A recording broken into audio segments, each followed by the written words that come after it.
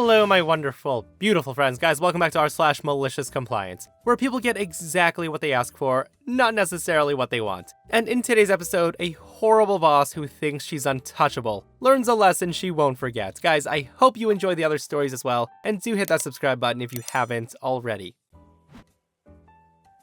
Now, this isn't my own malicious compliance, but one I overheard and then witnessed at work. So, a few months ago, the two owners at my work had a huge disagreement, which escalated into a full-blown screaming match in the middle of the office, and nearly into several physical fights. It came to a head last Friday, and Owner A decided to pack it all in and leave effective immediately. So after lunch, Owner B calls the warehouse manager up to the office, and points at Owner A's office and says, "I'm too stressed to deal with this. I'm gonna go home. Garbage everything in that room. I don't want to see a shred of evidence that Owner A ever worked here when I get back Monday morning." Now, hearing this, the warehouse manager looks at the offending office and back to Owner B and says, "Are you sure you want everything thrown away, boss?" Owner B looked ready to explode already, and apparently this little bit of extra clarification sent him over the edge. He says, "Did I stutter? Get rid of everything in there, or you can clean out your desk too."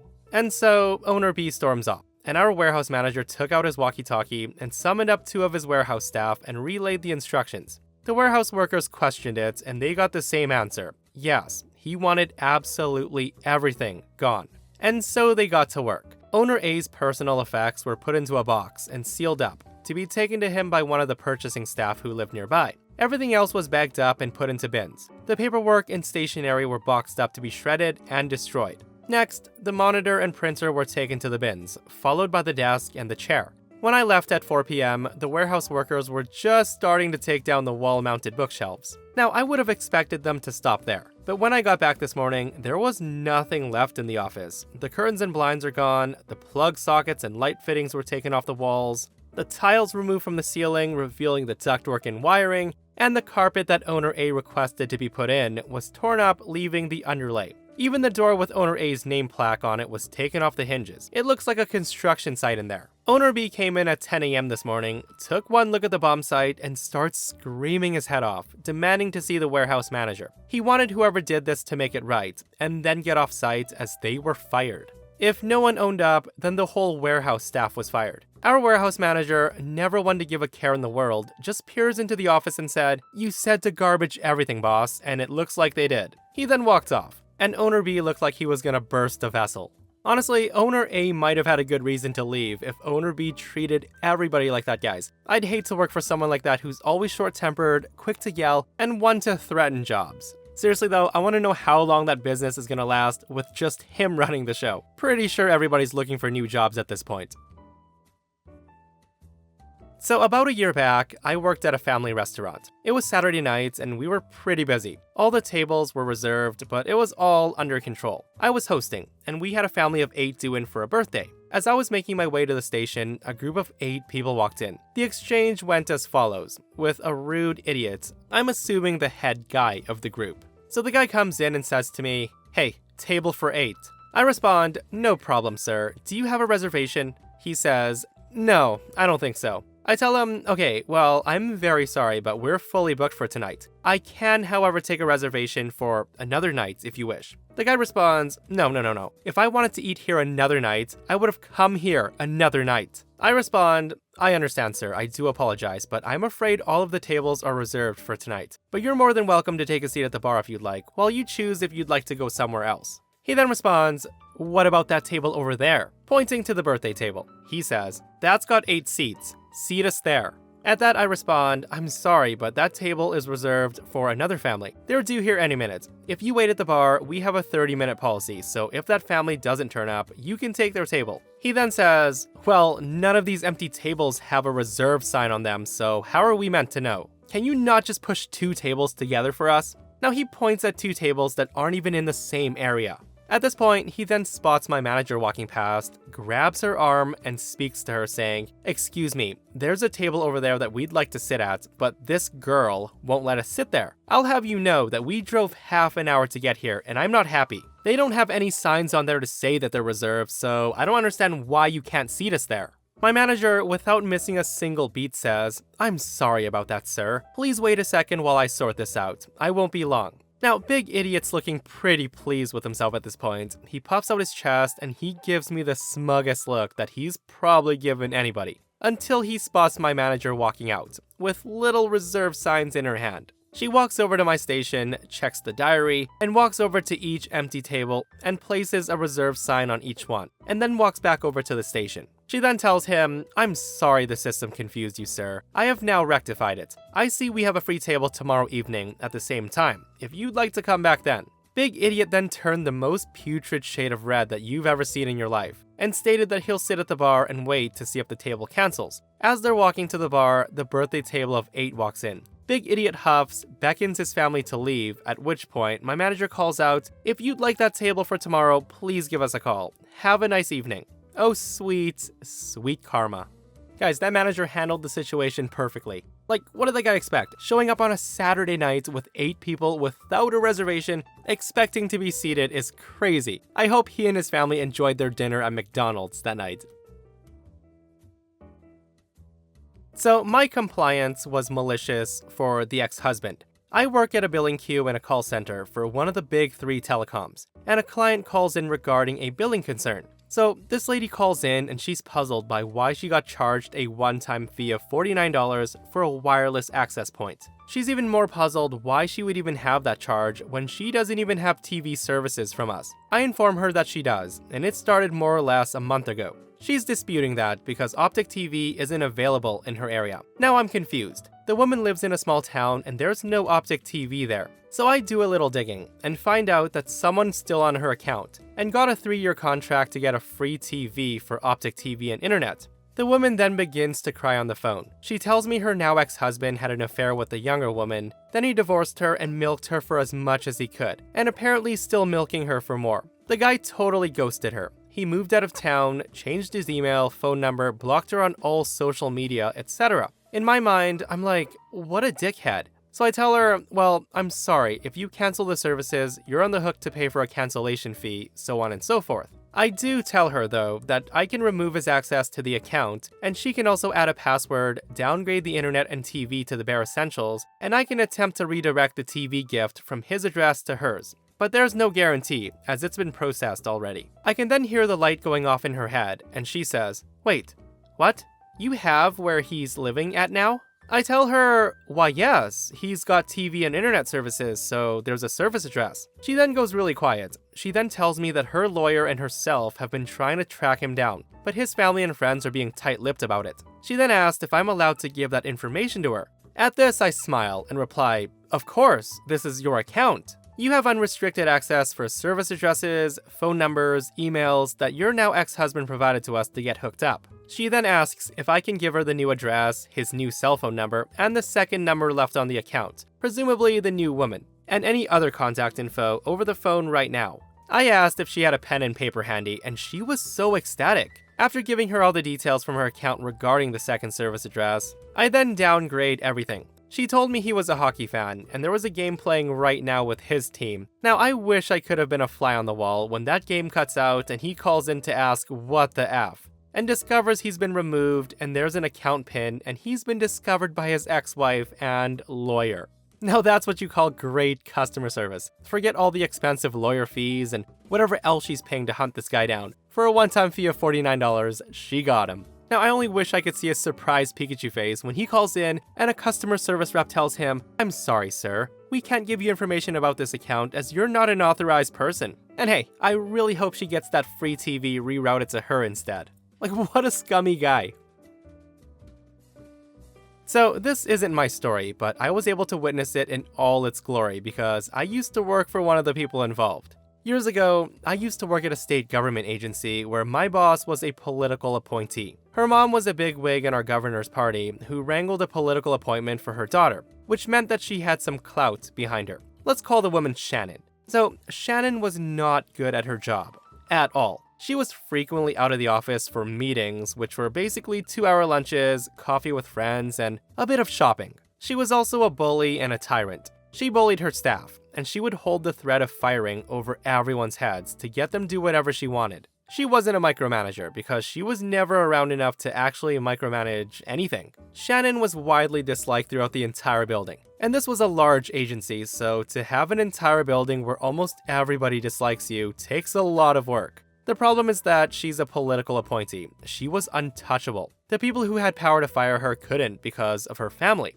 Even the number 3 person in the agency couldn't do it, and he was a political appointee as well. But after a year of mystery meetings and time out of the office, her excuses were catching up to her. The agency director removed her from her job and put her in charge of special projects.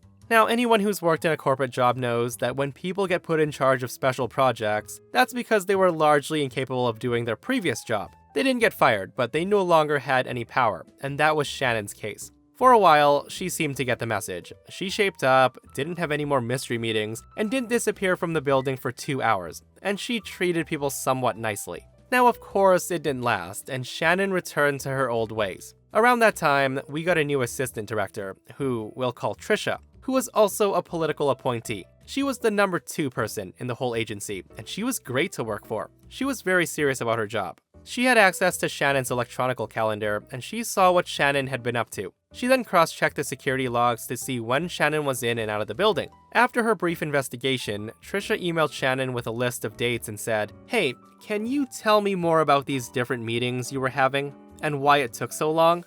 Well, Shannon wasn't having any of that. How dare Trisha call her character into question? This was an outrage. It was so outrageous, in fact, that Shannon wrote a resignation letter and slammed it down on Trisha's desk.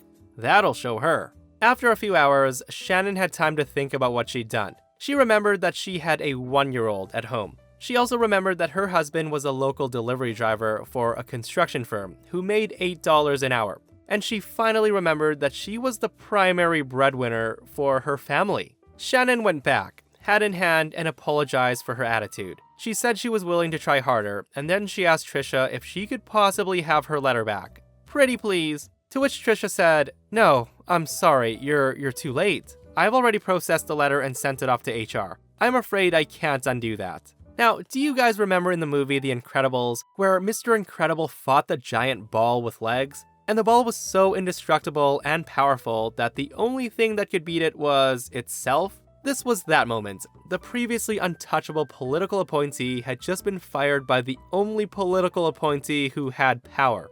Herself. And rather than protect her or do her a solid, Trisha would not undo her self-termination. She just let Shannon be her own undoing. When the news of Shannon's self-firing raced through the building, you could hear the cries of, "What? Are you serious?" followed by howls of laughter as each new person heard the story. Shannon was out, and everybody who had to deal with her was much happier than they'd ever been in that job. I bet that's the last time Shannon's ever gonna fake a termination ever again. And it's crazy because she basically lost the best job ever. I mean, not that she was any good at it. Like, I have no idea why people fake resignations like that. Like, what a stupid thing to fake to get what you want. And I hope Shannon really learned her lesson. I worked as a waitress for a restaurant in my hometown for over 4 years, since I was only 14. I've seen and dealt with a lot of not great customers, but this woman was definitely in the top 5 worst. Anyways, she comes in the restaurant pretty frequently, and she was just one of those demanding customers. Now usually, I try my best to meet her unreasonable demands, even though she was extremely rude and she didn't tip well. She always ordered the same thing, a hot turkey sandwich and the gravy extra hot. Now the gravy's already hot, and there's no way to heat it up more without burning it or microwaving it, and if it goes in the microwave, the gravy gets runny and the sandwich gets soggy as a result. So usually we just bring it to her as is. So one day, she comes in, and on this day, my new manager, who's the owner's daughter, is working in the kitchen with one of her other cooks. It's my turn to take the table, so I do, and she's rude and she orders what she always does. But I guess today, she wants her gravy extra hot. So after I turn around to put the order in the kitchen window, she gets up to follow me. She then comes up to the window, yells at the cooks and says, "Hi, you guys have never had the gravy hot enough. I want my gravy so hot that it burns my mouth." She then smiles and goes and sits back down. Now, we're all taken aback, and it is a family restaurant and there's other customers. I'm embarrassed after being shoved to the side, so I go back in the kitchen to process what just happened. My manager is not having this. She says, "Don't worry, I'm taking care of it." A few minutes later, she hands me an oven mitt to carry out the woman's plate. The gravy is practically steam at this point, and I'm sure my manager microwaved the gravy for probably 10 minutes or more. I then serve it to the woman and say, "My manager made this just how you asked for." The woman's seated right next to the counter, so I get to watch all of this goes down. At first, she looks so smug. She then takes the first bite, and her face distorts and she spits it out as it clearly burnt her mouth. This causes quite a scene. I walk over, smile politely, and say, "How is everything?" in the fakest customer service voice I can. She then says quietly and red-faced, "I must be having an allergic reaction or something." She doesn't touch her food for the rest of the time. She's just there sitting silently while everybody's munching away. They usually get a pie for dessert, but this time her boyfriend just pays and they leave and go. I feel like I should provide a little further detail about what happened afterwards for those who are wondering. This happened many years ago, probably almost 4, and I've seen the woman a handful of times since then. She also went back to the restaurant to eat a few times, but she's still demanding, but a little less aggressive. I do feel bad that she got hurt, but also I feel like she A, asked for it, and B, probably shouldn't have shoved visibly steaming gravy into her mouth. Guys, you know what they say, justice is a dish best served molten lava hot. Hey, if you're a grown-up and you can't tell that something is that hot and you need to let it cool down, you deserve it. And this is also coming from someone who regularly burns their mouth on hot pizza every single time, guys. The cheese gets me every time. So the year before COVID hit the US, I start working for one of the major US airlines at my local airport as a baggage handler. I absolutely loved the job. I just enjoyed being around planes from the ground level. When I started there was no full-time positions available, so I was working part-time, 6-hour nights, 5 times a week. The way it usually works is each gate has a lead, a person with extra training to do the load planning and scanning and towing the planes to the runway, as well as guiding them in, and a few baggage handlers. Now, I'd only been there a few months, but I was working my ass off and I was showing that I was a team player. I decided I was going to try and become a lead, even though they usually want you to work a year or so as a handler first. I was confident and ended up passing the training course with ease. The problem was, they had no availability for more leads, so I was put into what was basically an on-call lead kind of thing, where they could upgrade me for the day if they needed any more leads. Now, whenever they upgrade you to lead, even if it's for a single flight, they have to pay you the extra $1.75 an hour that leads get for your whole shift. I work 6-hour days, so $10.50 is the cost to make me a lead for my shift. For a few months, everything was great. I was part-time baggage handler, but I was working as a lead for my whole shift, every shift, and I was loving every second of it. Something about towing huge planes full of people to the runway was awesome to me. Enter everybody's favorite virus, good old COVID. Within months, the airline industry's tanking pretty hard, as nobody wants to travel and get stuck somewhere. Supervisors are being told to cut costs everywhere, which makes sense, given the circumstances. Cue up the night of my malicious compliance. It's maybe 11 p.m. and I'm on until 1 a.m. Supervisors have sent a large chunk of workers home, and those of us left are being sent all over the airport to cover the flights we do have coming. I get a call from the office that assigns your flights, and I'm told to go grab a box and walkie-talkie. They tell me to head to the gate as the flight's landing in 5, and to just put in my request for lead, as a supervisor has to approve it. So I get to my gate, check the load coming off the plane, brief the handlers on what's coming down, and we all get to our spots to bring the plane in. I see the plane coming down the lane to my gate, and at the same time, my zone supervisor drives up to my gate and asks me to come over. He then tells me something along the lines of, "Hey man, we can't upgrade you to lead right now. We just can't swing that extra expense right now." Hearing that, I respond with, "Okay, so who's gonna bring the plane in? Nobody else on the gate's lead train, and supervisors aren't allowed to do any of our work because of the union rules." He then tells me he's going to go find another lead to bring it in, and just assist him when he arrives. So I'm like, sure, whatever. Now, it's important to note that planes have very tight metrics for how long it can take to bring a flight in, unload, and reload for the next flight. The flight pulls up to the edge of my gate and comes to a stop, as there's no lead to guide them in, so the flight just sits there waiting. And the entire gate crew are also standing around waiting. 20 minutes go by and my radio goes off and the office is pissed. They want to know why I'm holding this flight short and not bringing it in, to which I obviously reply with, "What do you mean? Supervisor told me they couldn't afford to pay me for lead work today and he would find somebody else." He then asks if I can just bring it in for him, and I say, "I'm sorry, but if you're not willing to pay me to do lead work, then I'm only gonna do the handler work I'm being paid for." So as it turns out, they sent too many leads home this night, and the ones they did have were all busy on flights already. After about 45 minutes, the lead from 2 terminals over finally strolls up, and they were able to unload the plane as usual. So the 45 minutes the plane sat idle at the gate cost thousands in extra fuel, plus overtime for flight attendants forced into mandatory overtime from the situation, not to mention all the passengers who were pissed off from the extra waits who were comped some credits with the airline for the trouble. I also come to find out that the supervisor's bonus was based on flight turn time, and this 45 minutes short hold probably cost him his bonus and a write-up. So basically, the supervisor didn't want to pay me $10.50 for me to be a lead for the day. Instead, he cost the airline thousands on a heavily delayed plane at the gate, and probably his yearly bonus that could have all been avoided by just paying me the extra $1.75 an hour for my 6-hour shift. That was some great malicious compliance, and the supervisor should be lucky to still have a job after that crapfest. And that, my friends, brings us to another end of our /malicious compliance. Guys, if you enjoyed the stories today, hit that thumbs up. And if you missed yesterday's episode on the channel, a Karen steals from OP's store and then complains it's not enough money. It's such a crazy story, so go check it out if you haven't. And myself and Stevie Boy will see you guys in the next one. We love you.